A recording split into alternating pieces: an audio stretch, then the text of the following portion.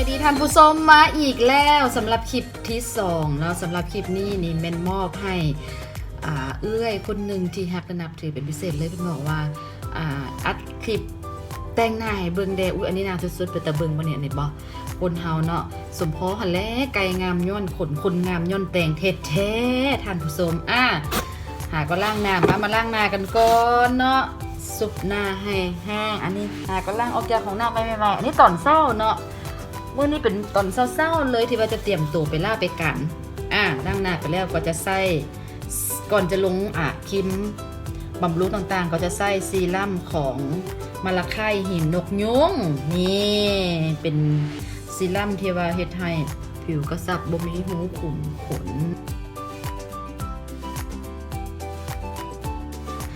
หลังจากนั้นก็มาลงกันแดดใส่กันแดดของตัวเองนั่นแหละอันนี้มันใส่ของ L'Oreal กันมานี่กันแดดโดบคือเก่าแห้งไว้อันตัวซีรั่มมันก็ได้เฮ็ดให้บ่มีหูคุมขนกระชับเนาะเคล็ดลับความงามของผู้สาวสมัยก่อนเขาจะใส่หินนกยุงเขาเอิ้นว่าหินมะละไข่เป็นน้ำแร่เนาะที่เขาจะสกัดออกมาแต่ว่าตัวซีรั่มตัววังกี้ที่ใส่ไปวังกี้นี่มันก็จะผสมสเต็มเซลล์จากแอปเปิลน้ำแล้ววราคาเครื่องแพงไงตบไปยังสิล่ะเด้อตบไปสำหรับเงินผู้ใดที่ว่าอยู่ห้องแอร์นะก็ใครแน่เนาะสำหรับผู้ใดที่ว่าอยู่เฮือนบ่มีแอร์ห้องบ่มีแอร์ก็ซื้อพัดลมน้อยๆนะใช้ทานบ่หรือบ่ทานก็ได้น้อยๆดอกว่าตั้งอยู่ข้างหน้าเวลาแต่งหน้าเฮ็ดให้มันแห้งไวเฮ็ดให้มันแห้งไวแล้วก็เปลือกเวลาบำรุงผิวได้แล้วสำคัญเวลาลงบำรุงผิวค่ะนะให้มันแห้งก่อนเนาะให้มันแห้งก่อนก็ใช้เวลาบ่ดนปานใดดอก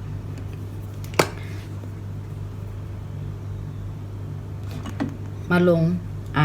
ครีมรองพื้นเนาะก็เบิ่งสภาพผิวเจ้าของว่ามักผิวเขาเป็นคน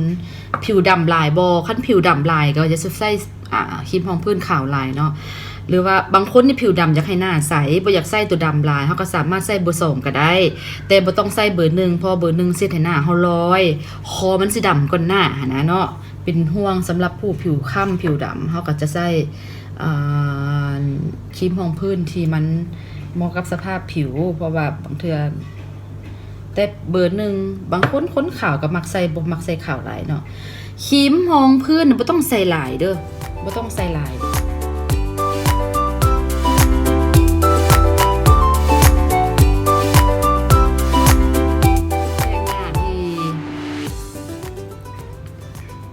ใส่ครีมรองพื้นเนาะอาจจะลงตามด้วยฝุ่นแป้งฝุ่นก็ได้แต่ว่ามื้อนี้สิเอาแป้ง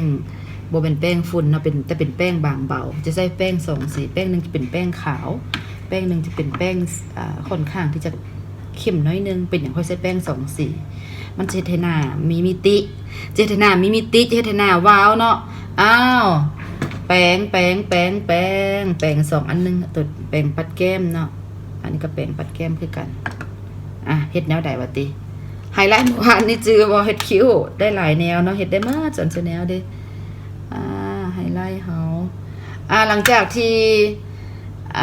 ลงครีมรองพื้นเป็นที่เรียบร้อยแล้วเนาะเฮาก็จะเอาไฮไลท์มาใส่บนดังเฮานี่ก่อนนี่นะเฮาเป็นคนดังแมบๆนะใหญ่ๆให้มันเนียนบ่มันบนดำบนขาวแบบเก่าเนาะจะใส่ตัวนี้ตอนกลางเว้นจะใส่ตัวนี้กลางคืนผสมตัวนี้นิดนึงบางมื้อก็จะผสมกันน้อยนึงจังซี่สิหลายจับมาสิแล้วมันสิโป๊ะสิหน้าโลดเนาะเพราะว่าหน้าเฮานี่มันยังอยู่ในระหว่างที่มีครีมรองพื้นที่ยังบ่ทันได้เป็นเนื้อแห้งแท้ๆเทื่อเนาะเพราะเฮาต้องได้เอามาใส่มือสิเด้เน้นใส่มือเพื่อหยังเพื่อเวลาเอาใส่หน้ามันจะบ่เป็นก้อนมันจะบ่แบบดำมึกอันนี้จะเฮ็ดหน้าเลี้ยวให้เบิ่งเด้อ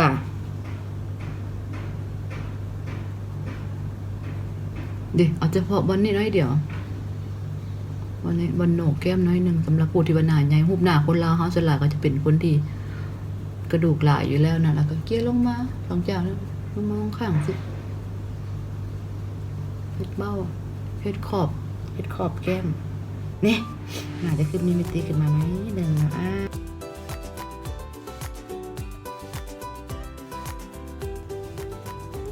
ได้เบ้าหน้าแล้วเนาะปัดใช้ทิชชู่ปัดตัวนี้ออกเพื่อว่าฝุ่นดำๆมันออกให้ฝุ่นดำๆมันออกใส่แล้วกับปัดจังซี่ออกมาเลยเนาะเอามานี่ฮอดเวลาในการใส่แป้งละใส่แป้งเขาก็จะใส่แป้งใหญ่ขึ้นมาหน่อยนึง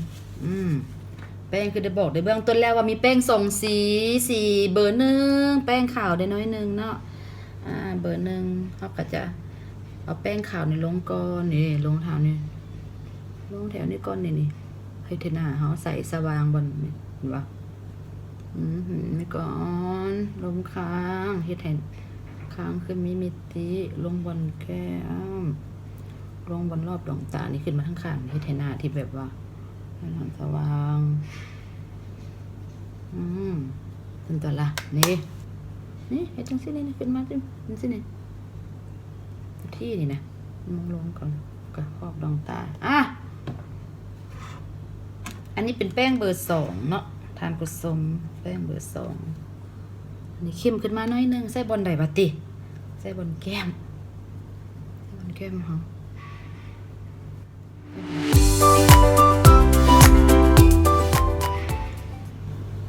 เห็นบ่สังเกตบนตายังบ่ได้ทาเถื่อทาตะกล้องจงไว้ถึงเพื่อหยังเป็นหยังคือบ่ปัดบนตาบ่ทาตาได้เพราะว่าเอาไว้ทาตาเวลาเขาทาตาแล้วทาว่ายังบ่ได้ลงแป้งเทื่อมันสิเฮ็ดให้อันแนวทาตาเฮานั้นติดอยู่ดนเนาะแป้งทาตาเมื่อวานนี้จื้อบ่ที่ว่าสอนนะมันจะมีตัวเป๋ๆกับตัวปุ้มๆเนาะมี2อันนี่ก็เหลือตายหรือว่าผู้ใดบ่มีก็เดี๋ยวสิบอกวิธีการใส่มือเลยก็ได้ใส่แป้งแป้งตัวนี้จะเป็นฟูๆดิบ่มันจะเป็นฟูใส่แป้งตัวนี้ตัวเป็นตุ้ยๆนี่นะแป้งใหญ่นี่นะนี่วันนี้สิใส่สีตัวนี้เด้อแล้วแต่สีของแต่ละคนมีสีใดสิใส่สีนี้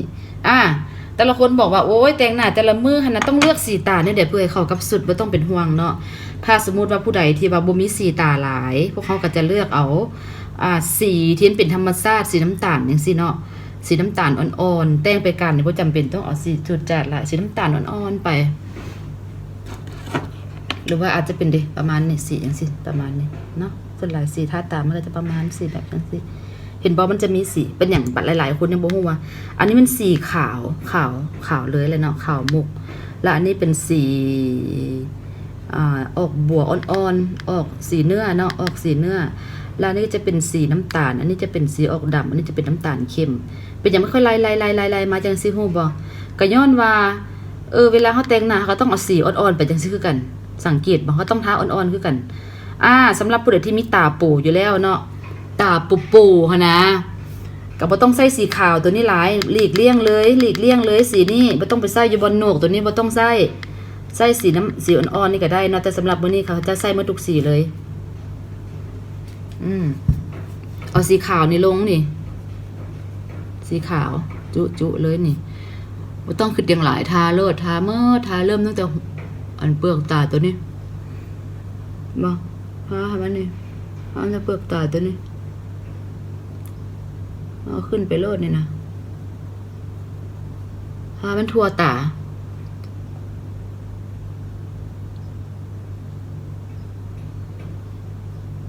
อย่าลืมที่บอกเมื่อกี้นะผู้ใดตาโป่จะไปทาสีขาวลามันจะให้ตาคือตาเติมโป่นำผู้ใดตาลุบๆนะใช่ไปโลด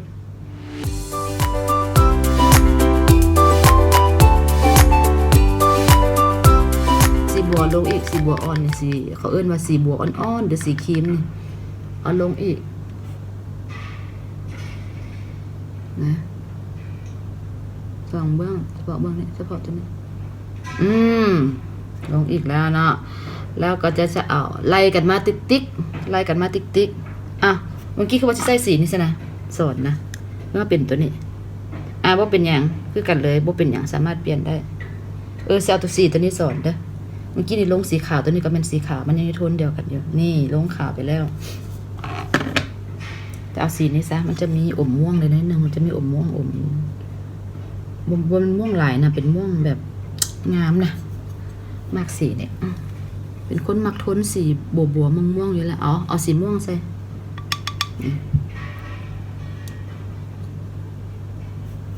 นี่เห็นบ่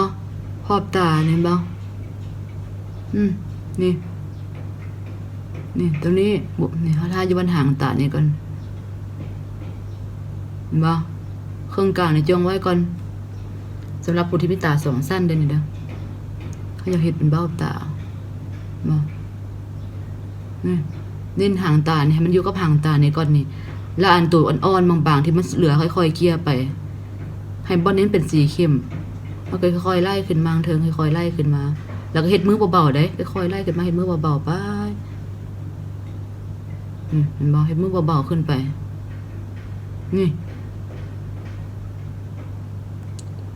เห็นบ่ก็สังเกตเบิ่งว่ามันเป็น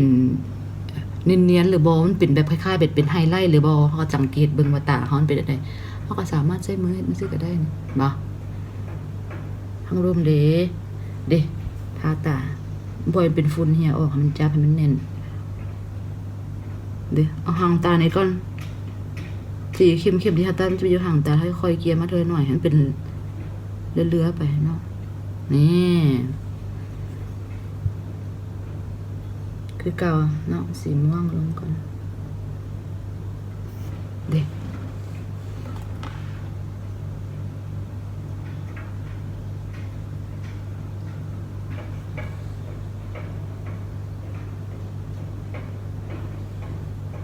เอาหางมันนี่ก่อนเด้ออันคมเข้มให้มันอยู่ตัวนี้ก่อนอย่าฟ้าไป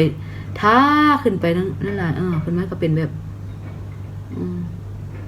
บ่ค่อยไปเอาตัวที่มันเหลือน้อยๆมันเหลือน้อยค่อยๆเฮ็ดมือเบาขึ้นไปเทิงบ่ให้มันอยู่บนระวางเครื่องตาอยู่บ่นี่นี่เส้นมันเป็นฮอดพี่หลายมันบ่งามอันนี้ก็เอิ้นว่าเฮ็ดตาหวาน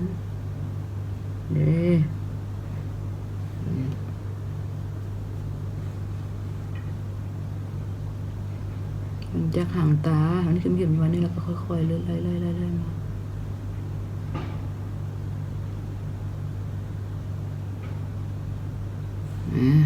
ประมาณนี้แล้วก่อนเนาะไล่มาเลยสีไล่มาเลยนี่สีน้ำตาลแล้วก็จะเป็นสีดำเนาะสีน้ำตาลตัวนี้ไล่กันมาเลยเมื่อกี้ทาตัวนี้มันก็จะขึ้นทาแล้วขึ้นมาทั้งพี่นบ่ทาห่างถ้าเข้าเครื่องกลางแล้วก็ขึ้นมาพี่นบ่มาเบิ่งสีน้ำตาลได้มันมาเบิ่งสีน้ำตาลสีน้ำตาลเปลี่ยนเป็นสีใหม่แล้วทิชชู่ให้มีตลอดทิชชู่เอาสีตัวเก่ามันออกบางเทื่อคนเฮาบ่ได้มีไส้เองอยู่บ้านมันบ่ได้มีแป้งอันนั้นแป้งอันนี้ความจริงคันเป็นสร้างที่เขามีแป้งเด้แป้งหางตาแป้งปัดอันนั้นอันนิ่มหนักมีอันหลายแนวเนาะแค่เพียงเดียวนี่เนาะเติมตาลแทนสิมาหน่อยนึงลงแล้วบ่เนี่ยลงตัวสีน้ำตาลนี่เราไม่ต้องไปลงเมื่อไหร่เขาไปลงตัวหางตานะแล้วก็ขึ้นมาเกือบเครื่องกลางหน่อยนึงมันสิเป็นมิติมันต้องไปวุ่นวายกับสีตัวเก่าเขาสีม่วงหันวุ่นวายสายสมองไปผสมกันมาแล้วบ่มีเป็นมิตอกมิติอีหยังกระหังตาคือกันเดี๋ยวขึ้นมาหน่อยนึงนี่ขึ้นมาหน่อยนึงสิวุ่นวายกับสีม่วงแต่ว่ามันเป็นกลมเกินไปนี่ดิเอามือแตะรูปๆจังซี่นี่มันสิฮีดเอาบ่เอาเนาะบ่เฮ็ดจังซั่นแบบเก่าอันนี้บ่ต้องไปเกี่ยวมาฮอดพี่ก็ได้เนาะเอาแต่บนนี่เอาแต่บนห้างตาน้อยเดียวไว้สายสมอนกับห้านกับเฮิรนมีเวลาสิไปตื่นเช้ามาอยากแต่งเอาตัวเองกันมันงามแบบธรรมชาติเนาะมาฮอดตัวสุดท้ายไผอยากแต่สำหรับแต่งไปการสำนี้ก็พอแล้วเนาะแต่สำหรับผู้ใดที่มักเข้มเฮาก็ตื่มอีกสีดำนี่บ่สีดำใส่บนแดนี่จิก บ่ต้องให้มันไปใส่เนาะนี่แหละให้มันอยู่จังซี่แหละนี่ตบเข้าจิกๆเข้านี่มันจะเป็นอีบอลนี่เฮาก็ตบนี่เอามือนี่ตบเข้าตบเป็นลักษณะตบเข้าไปในนี่เห็นบ่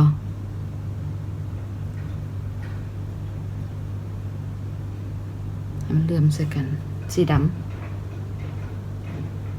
นี่เอาใส่แป้งแหลมๆเนาะแป้งเป๊ะๆหั่นนะจิกซั่นตัวสำหรับสีดำ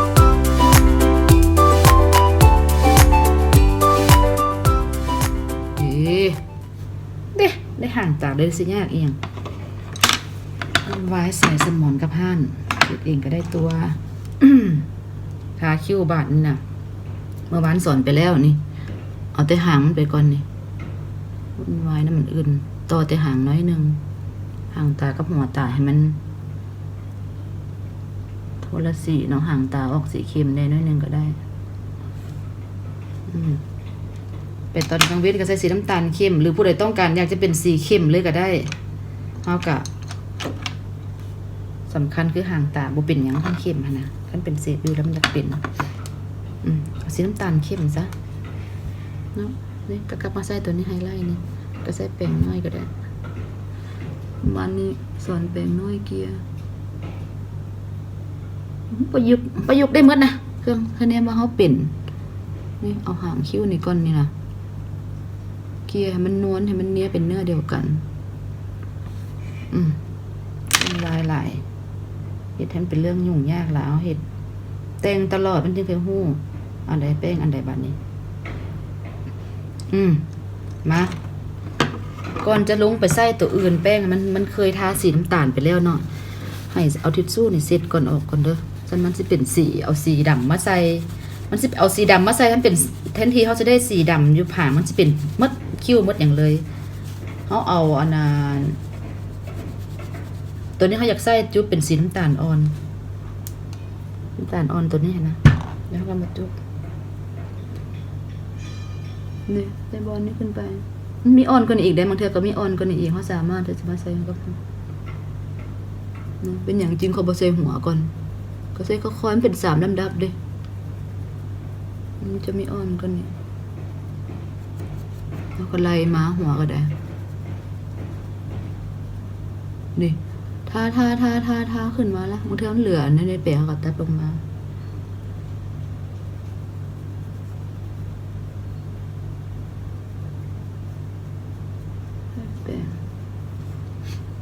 ธรรมชาติสิเลยก็ได้แล้วก็สำหรับยังไงเป็นคิ้วนอนมีคมขึ้นมาหน่อยนึงเฮาก็เอาคิ้วตัวนี้แหละมาเริ่มอีกเอาเสาต้มคิ้วมาเริ่มอีกเด้จิกหางตาเน้นหางตาไปเบิ่งว่าตัวเดิมมันยังบ่คมมันบ่ยังเป็นห่อเฮ็ดไปหางคิ้วก็แหลมน้อยนึงน้อยเอาปูหลายเห็นบ่จะเน้นหางคิ้วหลายๆหมอคิ้วนะเฮ็ดเป็นกระเลือเฮ็ดปิ่นเงาไปนะท่านผู้ชมเอาสำหรับผู้ใดที่ว่ามีตาปูบ่ต้องใช้ครีมสีขาวหลายเนาะแต่ว่าอันนี้เฮาสามารถใช้ได้สีขาวทาแล้วแลนบ่แล้วก็สีขาวมาเน้นอยู่บนเทิงนี่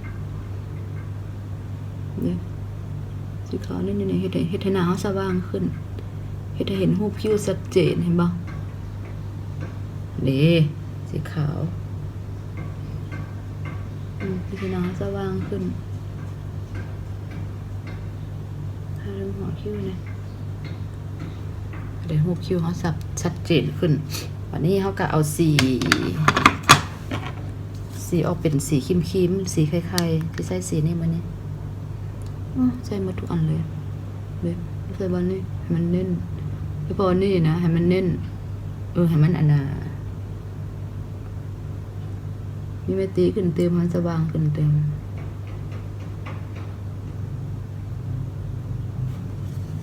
เด้เริ่มเป็นหูเป็นหางเลยดิเหลือบันนี้แก้มเมื่อกี้เขาใส่ไฮไลท์ไปเลยเนาะอันนี้มันจะทาสีแก้มทาเป็นสีม่วงประกายน้อยนึงก็ใส่หลายน้อยนึง แล้วก็มาจุ๊บสะบอนอันนี้เพื่อป้องกันบ่ให้มันเป็นก้อนเนาะบางเทื่อจุ่มดำจุ่มขาวจุ่มแดงนะก็แต้มมาซิคือกันเลยบ่แต้มมาซิคือกันบอลเก่าที่เขาเป็นตามเรียงปั๊บมาฮักขึ้นมาบนนี้อีกเป็นคือหมายถือค่ะนะเป็นคือหมายถือค่ะนะเด็ดบ่ตึ๊กขึ้นมาจังซี่บ่เป็นคือหมายถือค่ะนะตึ๊กขึ้นมาจังซี่เด็ดเฮ็ดอ่อนๆเฮ็ดหนาอ่อน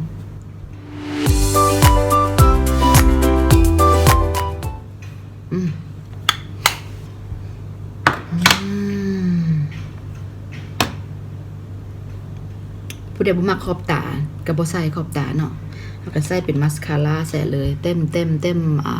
มขนตาไปเลยแต่สำหรับข้าพเจ้าแล้วมัก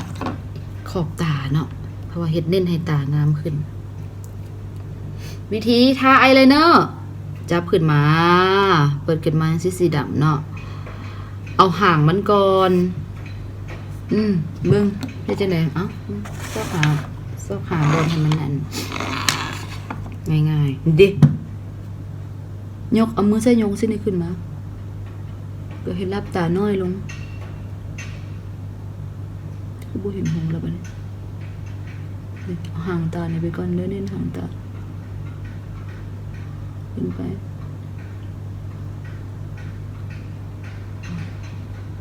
บ่ต้องเต็มเส้นใหญ่ล่ะสิไปลาไปกันนี่แล้วค่อยๆมาไล่จนครึ่งกลางไป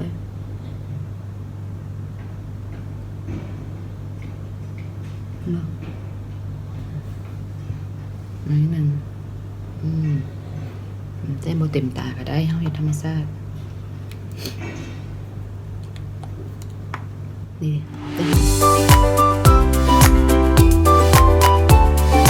เอาสำหรับผู้ที่ว่ามีตาโบงามเด้บ่มีตาสองสั้นมีแต่ตาสั้นเดียวเนาะเฮากะแต้มไปเลยพวกมีตาสั้นเดียวก็จะจืดหลายเนาะจืดน้อยนึงแต้มไปตามตาเลยแต้มเส้นใหญ่ไปเลยบ่ต้องย่านเนาะอันนี้เฮามีตาสองสั้นอยู่แล้วตาใหญ่อยู่แล้วเฮาก็จะเน้นห่างน้อยนึงเพราะว่าแต่งจังซี่แล้วเวลากลางคืนสิออกงานก็ง่ายๆเลยเนาะก็เติมมาน้อยนึงเติมคิ้วมันเป็นสีเข้มน้อยนึงทาปากแดงออกงานได้เลยเนาะโอเคเรียบร้อยมัสคาร่าได้บัดนี้มัสคาร่าว่ะวิธีทามัสคาร่าบ่แนมตาลงเลยแล้วอันน่ะเอามือเฮาจังซี่เนาะคันมันอยากให้มันขนตางอนคันเก่งนะเฮาแนมตาลงสิแนมตาลงดมแล้วก็ปัดคันมือเที่ยงเด้ขนตามันสิงอนเป็นอย่างคือเอานิ้วก้อยมาจิกที่แทนขนตาออกมาให้เฮาได้ทางไงถ้าขนตามันก็จะเฮ็ดให้ตาเฮาหวานขึ้น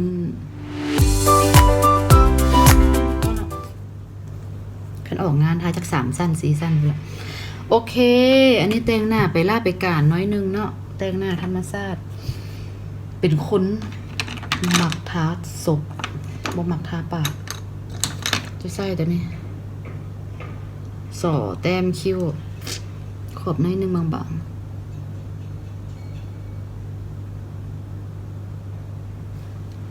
มีขอบน้อยนึงลิปกลอสสีน้ำตาลอ่อนต้องไปสิทาสีเข้มลายบางคนมักแดงก็แดงไปโลด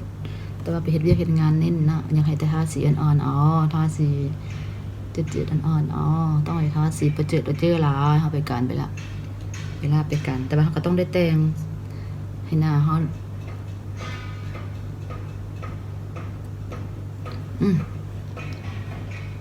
นี่ไผว่ามันจืดโพดสมมุติว่าอยากได้มันจืดโพดก็เอาสีที่ว่าเฮามาคั่นแหละเนาะสีใดก็ได้สีเข้มสีส้มสีแดงแต่น้อยเดียว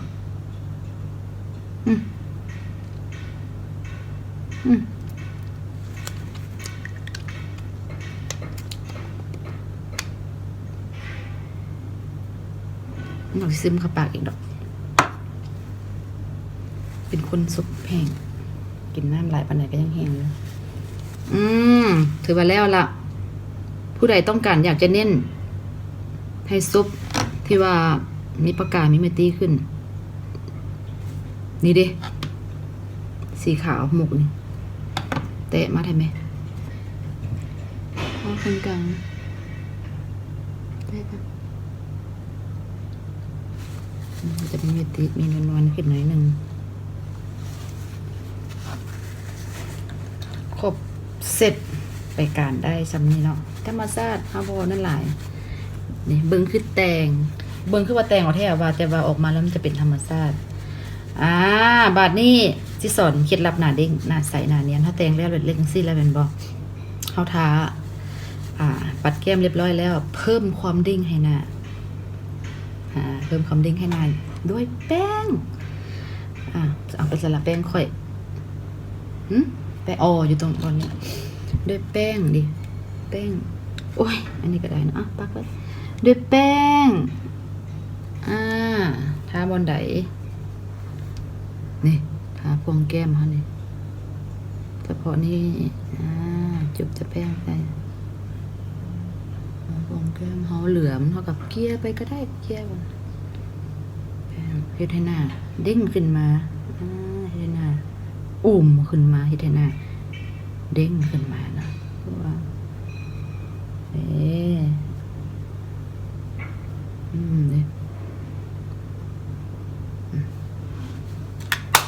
อย่าลืมคอเด้อแต่งหน้าเด้อปัดคอแน่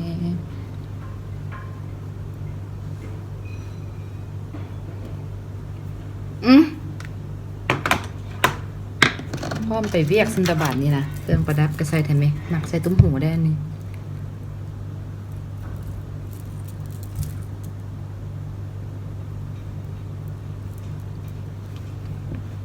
ดิแต่งหน้าแบบธรรมชาติ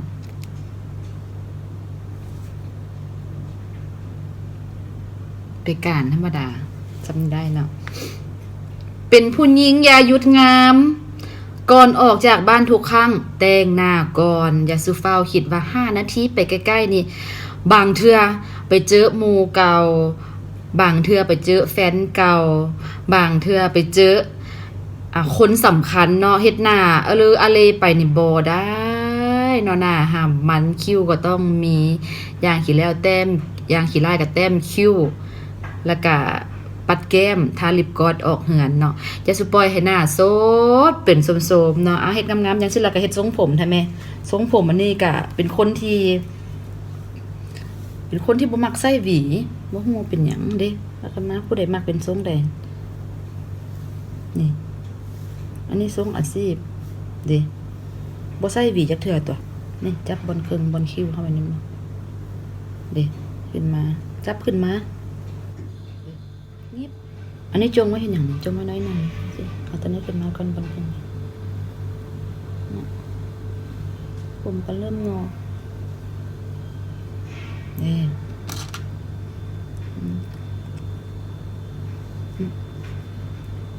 สิเนาะบนหลังใบหูกับแป้งมาเอาขึ้นอันนี้ไปงานก็ได้ตัวนี้นะเฮ็ดเองโลดนี่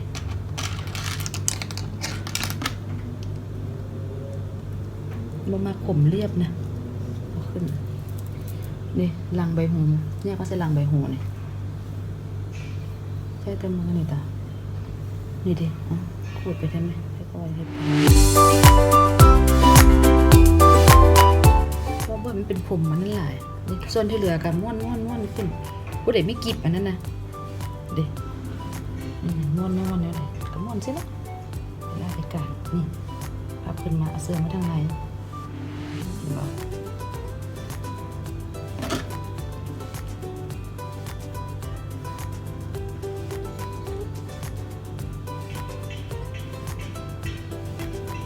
แบบนั้นจะมีจักทรงอันเด้ได้แล้วแต่งหน้าทรงผมที่แบบเฮ็ดธรรมชาติบ่ต้องไปอันนั้นหลายเนาะประมาณนี้แหละก่อนจากกันมื้อนี้ขอบใจเนาะขอบใจเครื่องสำอางของน้องนิ้งแดงสรุปแล้วเครื่องตัวเองบ่มีเลยว่ามืดมื้ออื่นมืดแล้วก็มีคนซื้อมาต้อนมาฝากเนาะนี่น้องนิ้งแดงเนาะนางเอกดอกจำปาบานเป็นนาง างเอกที่มีความสามารถเป็นนางเอกที่มีความสามารถแล้วก็เพียบพร้อมไปด้วยกิริยามารยาทความรู้ความสามารถเนาะและสิ่งที่สำคัญพิเศษเลยน้องสาวเฮานิ้งแหน่งจันดาลีเป็นนางเอกดอกจำปาบานที่ใกล้จะออกเข้าโรงหนังทั่วประเทศพร้อมๆกันในไวๆนี้เดือน5เนาะอย่าลืมติดตามผลงานของน้องได้เลยตั้งใจดีน้องสบายดี